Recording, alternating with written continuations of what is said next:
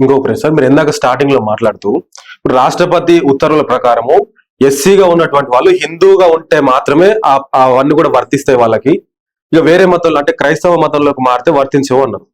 So ఇదే దళితుడు సిక్కు మతంలోకి మారితే కూడా తన స్టేటస్ మారట్లేదు. ఇదే దళితుడు బౌద్ధ మతాన్ని స్వీకరిస్తే కూడా తన స్టేటస్ మారతలేదు. కానీ ఇదే దళితుడు క్రైస్తవ్యాన్ని తీసుకుంటే మాత్రము తన స్టేటస్ మారిపోతా ఉన్నది. ఎందుకు ఈ వివక్ష అంటే ఏం చెప్తారు? మొట్టమొదట 1950లో వచ్చినటువంటి రాష్ట్రపతి ఉత్తర్వు ఎస్సీ హోదాను కేవలం హిందూ మతానికే పరిమితం చేశారు. ఓకే. అప్పుడు బాబాసాహెబ్ అంబేద్కర్ గారు బౌద్ధ మతం తీసుకున్నాడు. బాబాసాహెబ్ అంబేద్కర్ గారు ఆయనతో పాటు బౌద్ధ మతం తీసుకున్న అందరికి కూడా ఎస్సీ స్టేటస్ పోయింది. సాక్షాత్తు ఎవరైతే రాజ్యాంగాన్ని రాశారో ఆ రాజ్యాంగం రాసిన మహానుభావుడికే అక్కడ కులం తొలగిపోయింది. నిజమా సార్ ఇది? ఓకే. ఎందుకు? కేవలం ఎస్సీ స్టేటస్ హిందూ మతానికే పరిమితం చేశారు కాబట్టి అంబేద్కర్ గారికి బౌద్ధ మతం తీసుకోవడం వలన ఆయన ఎస్సీ స్టేటస్ కోల్పోయాడు.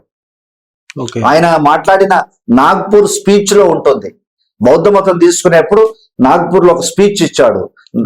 బాబాసాహెబ్ అంబేద్కర్ నాగ్పూర్ స్పీచ్ బుక్ చదివితే అందులో తెలిసిపోతుంది ఆయన ఏం మాట్లాడారు అనేటువంటి దాని మీద. సో అంటే ఒక రాజ్యాంగ నిర్మాతకే అన్యాయం చేశారండి ఈ వ్యవస్థ. రాజ్యాంగ నిర్మాతకే అన్యాయం చేశారు. అయితే 1950లో వచ్చినటువంటి ఈ ఉత్తర్వుని ఏం చేశారంటే 1956వ సంవత్సరంలో సవరించారు. ఈ రాష్ట్రపతి ఉత్తర్వును సవరించి సిక్కు మతంలో ఉన్నటువంటి ఎస్సీలకు కూడా ఎస్సీ స్టేటస్ కల్పిస్తూ 1956లో సవరించారు.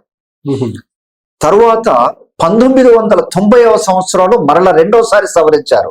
ఈ సవరించినప్పుడు కూడా ఇదేం పార్లమెంటు పోయి చర్చ జరిగింది కాదు, మామూలుగా పేపర్ వర్కే. ఇదంతా కూడా పేపర్ వర్కే. చేయాలనుకుంటే మనసుంటే మార్గం ఉంటుందండి. సో 1990లో వాళ్లకు సవరించి బౌద్ధ మతం తీసుకున్న ఎస్సీలకు కూడా ఎస్సీ హోదా కల్పించారు. ఇక మిగిలిపోయింది ఎవరయ్యా అంటే క్రైస్తవ మతం తీసుకున్న దళితులే. వీళ్ళకు మాత్రమే ఈ అన్యాయం జరిగింది. 2 సార్లు సవరించినటువంటి రాష్ట్రపతి ఉత్తర్వు, అసలు ఆ ఉత్తర్వే ఉండకూడదు. కాన్స్టిట్యూషన్ ప్రకారం ఆ ఉత్తర్వే తప్పు. భారత రాజ్యాంగము సమానత్వపు హక్కు ఇచ్చింది, మత స్వేచ్ఛ హక్కు ఇచ్చింది, అందరికీ ఈక్వల్ గా చూడాలని రాజ్యాంగం చెప్తుంది. ఎక్కడ కూడా కులాన్ని బట్టి, మతాన్ని బట్టి, ప్రాంతాన్ని బట్టి, లింగ భేదాన్ని బట్టి వివక్షత చూపించొద్దని రాజ్యాంగం చెప్తుంది. ఒకవైపు మా రాజ్యాంగం ప్రపంచంలో గొప్పదని మనం చెప్పుకుంటూ ఉన్నాం.